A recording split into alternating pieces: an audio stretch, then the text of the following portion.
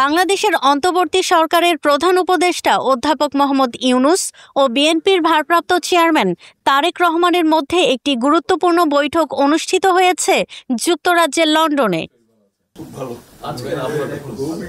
শুক্রবার ১৩ জুন লন্ডনের ডরচেস্টার হোটেলে স্থানীয় সময় সকাল ৯টা, বাংলাদেশ সময় দুপুর ২টায় বৈঠক শুরু হয়ে শেষ হয় সকাল 10:30টায়, বাংলাদেশ সময় বিকেল 3:30টায়। বৈঠকে উপস্থিত ছিলেন বিএনপির স্থায়ী কমিটির সদস্য আমির খসরু মাহমুদ চৌধুরী এবং আন্তর্জাতিক বিষয়ক উপদেষ্টা হুমায়ুন কবির।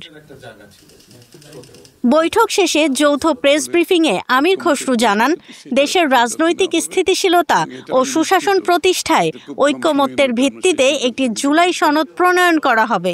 এই সনদের আওতায় নির্বাচনের আগে ও পরে ধাপে ধাপে সংস্কার কার্যক্রম চালিয়ে নেওয়ার সিদ্ধান্ত হয়েছে। স্বাভাবিকভাবে ঐকমত্যের পরিপ্রেক্ষিতে যে সিদ্ধান্ত হবে স্বাক্ষরিত তো হবেই, না হওয়ার কোনো কারণ তো নেই। তিনি বলেন, শুধু নির্বাচনের আগে নয়, নির্বাচনের পরেও সংস্কার চলবে। এটি একটি চলমান প্রক্রিয়া হবে যাতে সকল পক্ষের অংশগ্রহণ নিশ্চিত করা যায়। সব বিষয়ে আলোচনা তো হবে, স্বাভাবিক।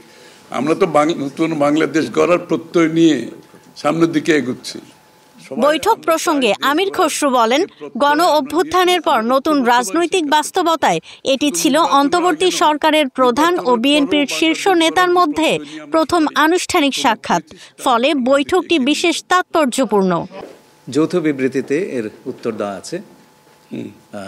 বৈঠক শেষে দেয়া যৌথ বিবৃতিতে বলা হয়, সব প্রস্তুতি সম্পন্ন করা গেলে ২০২৬ সালের পবিত্র রমজান শুরুর আগের সপ্তাহেই ফেব্রুয়ারির প্রথমার্ধে নির্বাচন আয়োজন করা সম্ভব।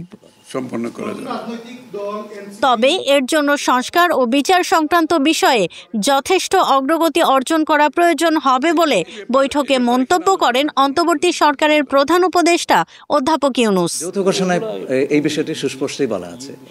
আপনারা শুনেছেন, যদি সকল